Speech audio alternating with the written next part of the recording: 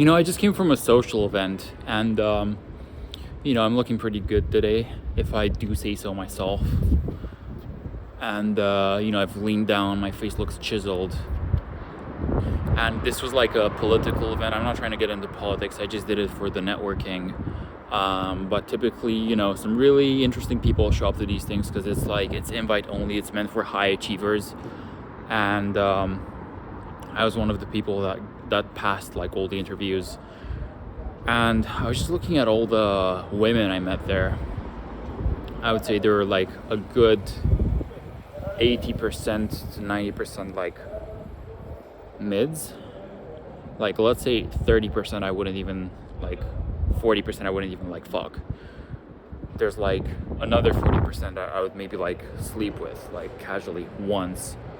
But there were these two girls that one of them I absolutely fell in love with. And the other one was actually hotter, but the one I fell in love with was like still hot, but quirky, like nerdy. So more niche, more like what I'm into.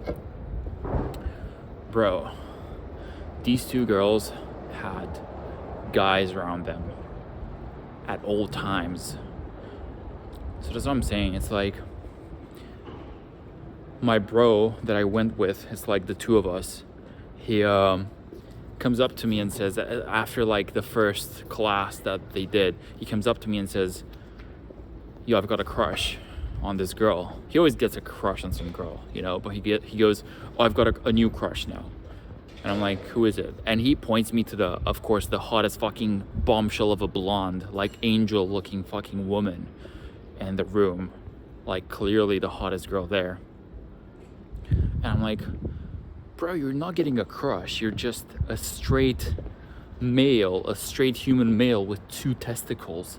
It's like, of course you're gonna be attracted to the hottest female in the fucking room. And guess what? Everybody else is. Case in point, everybody like was lining up to talk to that bitch. She was like having the time of her life.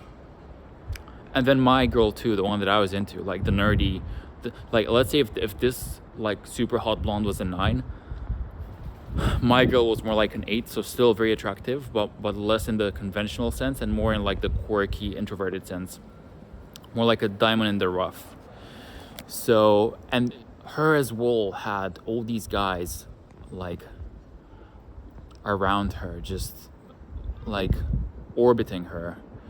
And I was like, I don't even know, like if I even try and go talk to that girl, I'm just gonna be another one of the thirsty dudes hitting on her. So I can't. I have to do something different.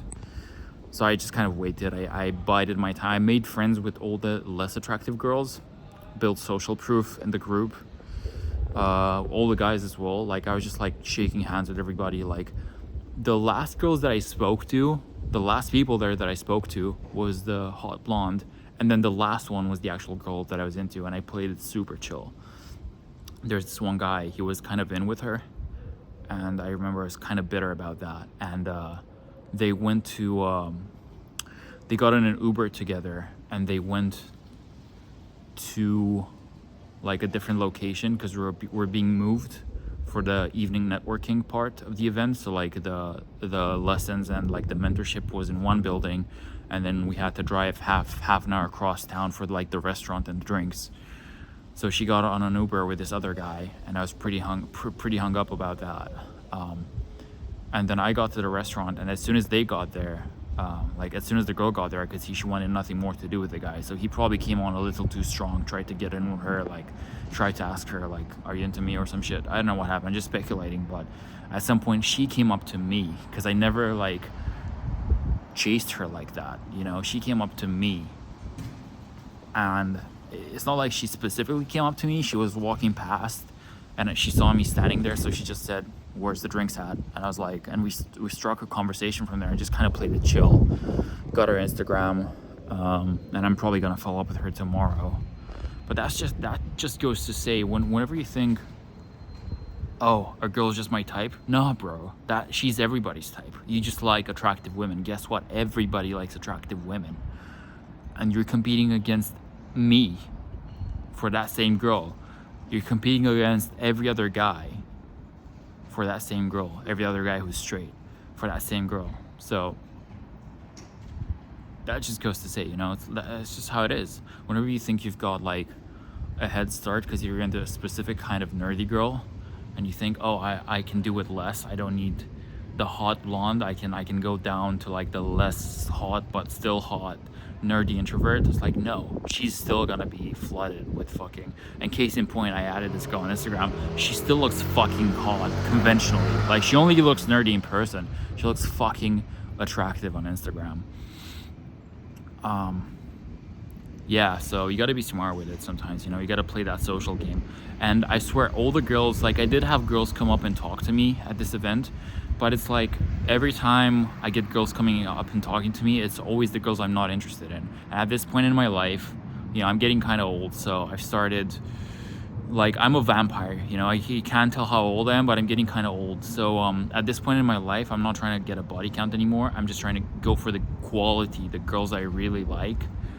And there's all these other like mids like kind of throwing themselves at me, and I'm like, bro, where were you when I was 21? I would have fucked every single one of you. I was trying to get a body count back then. Where were you then?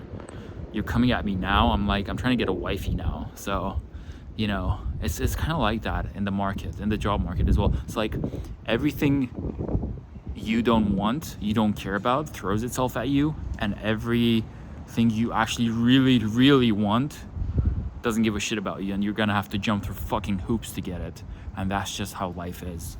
So get used to it, my bros.